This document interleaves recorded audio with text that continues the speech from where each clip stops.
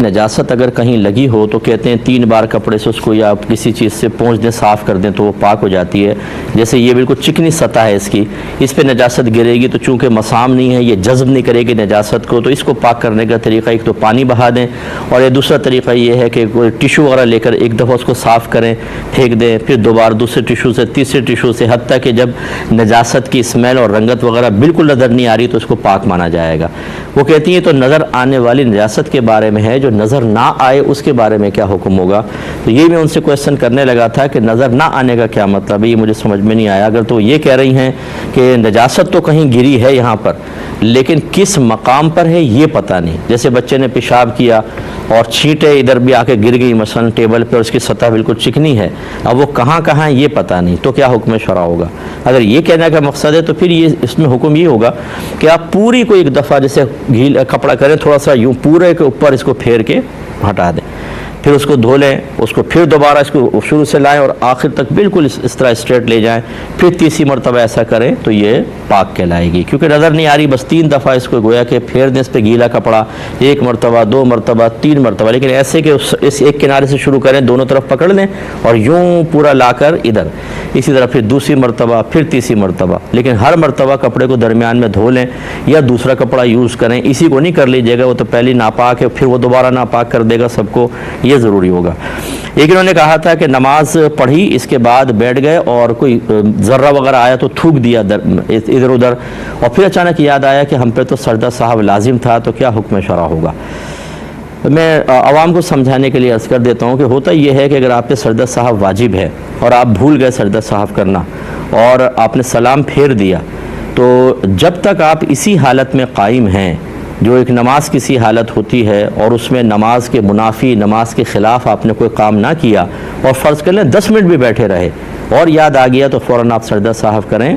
یہ سجدہ صاحب اسی نماز کا حصہ مانا جائے گا، اور جو کمی کوتاہی رہ گئی تھی اس کا تدارک ہو جائے گا۔ لیکن اگر آپ نے سلام پھیر کے ایسا کوئی کام کر لیا جو نماز کے منافی ہے، مثلا اٹھ کے چل پڑے، کسی سے دنیاوی باتیں کر لی، کچھ کھا لیا، پی لیا، لیٹ گئے، صاف سو گئے، تو پھر یہ اتنا یہ ایسے کہ فصل بالاجنبی کہتے ہیں اس کو، ایک اجنبی فاصل آ گیا درمیان میں، کہ اب وہ آپ کا سجدہ صاحب کرنا اس سابقہ نماز کے واجب کے ترک کا کفارہ نہیں بن سکتا، بلکہ نماز دوبارہ ہی پڑھنی ہوگی۔ لیکن جو آپ نے کہا کہ تھوڑا ذرہ منہ میں آیا پھینک دیا، یہ کوئی اتنا بڑا عمل نہیں ہے کہ جو نماز کے منافی ایسا ہو کہ آپ سجدہ صاحب کریں گے تو نماز کا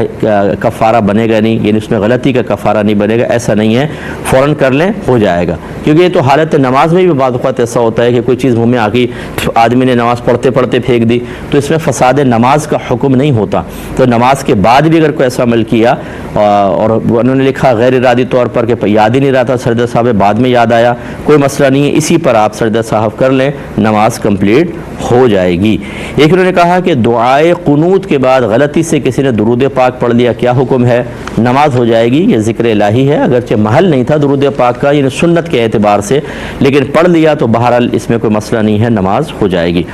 انہوں نے کہا کہ رکوع کے اندر یاد آیا کہ پچھلی رکعت کا کوئی سجدہ باقی تھا، تو رکوع سے ہی ایک دم سجدے میں چلے گئے تاکہ پچھلی وہ رکعت کا سجدہ کر لیں، کیا حکم شرع ہوگا؟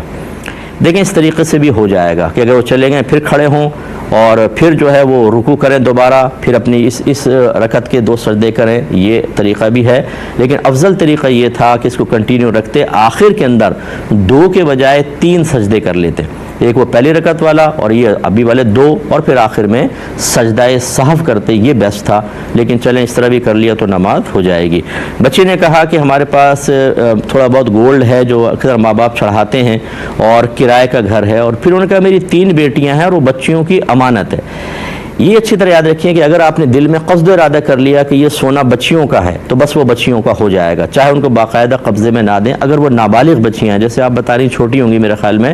اگر نابالغ بچیاں ہیں اور آپ نے ارادہ کر لیا یہ بچیوں کا ہے تو وہ بچیوں کا ہو جائے گا، چاہے ان کے قبضے میں نہ دیں۔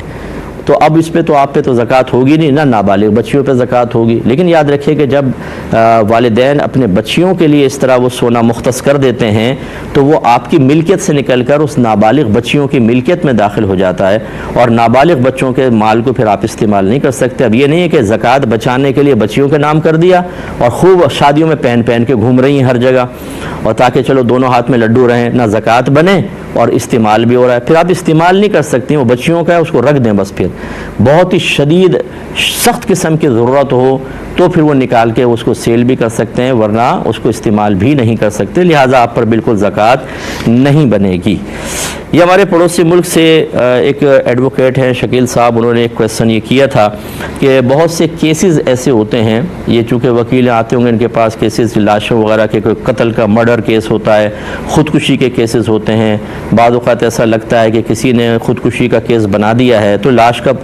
کا پوسٹ مارٹم کرنا ہوتا ہے. تو اس میں بعض اوقات ایسا ہوتا ہے کہ عورت کی لاش ہوتی ہے اور مرد کر رہے ہوتے ہیں، تو وہ تو پھر بالکل برہنہ لاش ہوتی ہے، اس کے تمام جسمانی اعضاء کو دیکھ رہے ہوتے ہیں، چھو بھی رہے ہوتے ہیں، کٹ وغیرہ بھی لگانا ہوتا ہے. اسی طرح اگر عورت ہو مرد کی وہ لاش کا پوسٹ مارٹم کرے. اور اسی طرح ڈیلیوری کے مسائل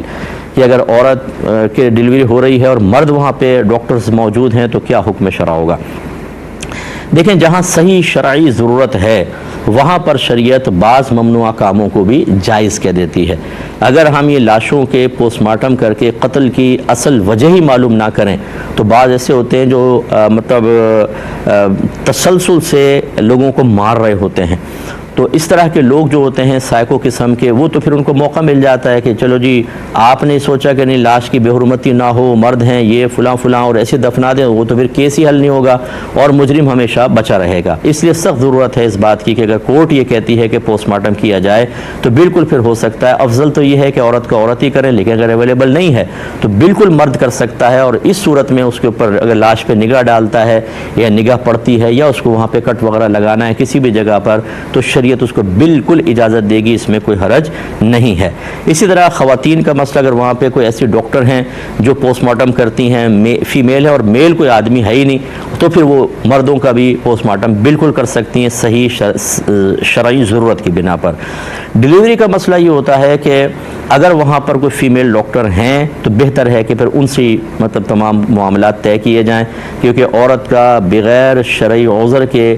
عورت کے سامنے ستر کھولنا منع ہوتا ہے، چاہے جائے کہ مردوں کے سامنے. لیکن جب ایسا نہیں ہے، جیسے ہمارے باہر کے ملک میں بہت ساری بہنیں ہوتی ہیں، اس وقت جو ڈاکٹرز اویلیبل ہوتے ہیں، میل نرسز بھی ہوتی ہیں، ڈاکٹر بھی کھڑا ہوتا ہے، تو یہ ایک مجبوری کی صورت ہے کہ ستر کھولنا ہوتا ہے سامنے، تو اس کی بھی شریعت نے اجازت مرحمت فرمائی ہے. لیکن جب آپ کے پاس دونوں چوائسز ہوں کہ میل سے کروا لیں فیمیل سے، پھر جان بوجھ کے میل سے کروانا، اس میں گناہ کا پہلو نکل سکے گا. ہاں، اس میں کبھی ایسا ہو سکتا ہے کہ وہ میل بہت ہی ماہر ہو، کیونکہ بعض کیسز بڑے کمپلیکیٹڈ قسم کے ہو جاتے ہیں، بچے کی مسائل ہوتے ہیں، کچھ ایسا ہوتا ہے کہ پیدائش کے وقت اگر فوری طور پہ کیئر نہ کی جائے تو پرابلم ہو سکتی ہے، تو وہ الگ مسئلہ ہے، پھر میل کو ترجیح دے سکتے ہیں. لیکن اگر دونوں برابر ہوں، کوئی ایسا مسئلہ نہ ہو، تو پھر فیمیل ڈاکٹر کو ترجیح دینا ہی افضل اور اولیٰ بلکہ واجب ہوگا. یہ تھوڑی تفصیل کو ذہن میں رکھیں گے تو انشاءاللہ سارے مسئلے سمجھ میں آ جائیں گے.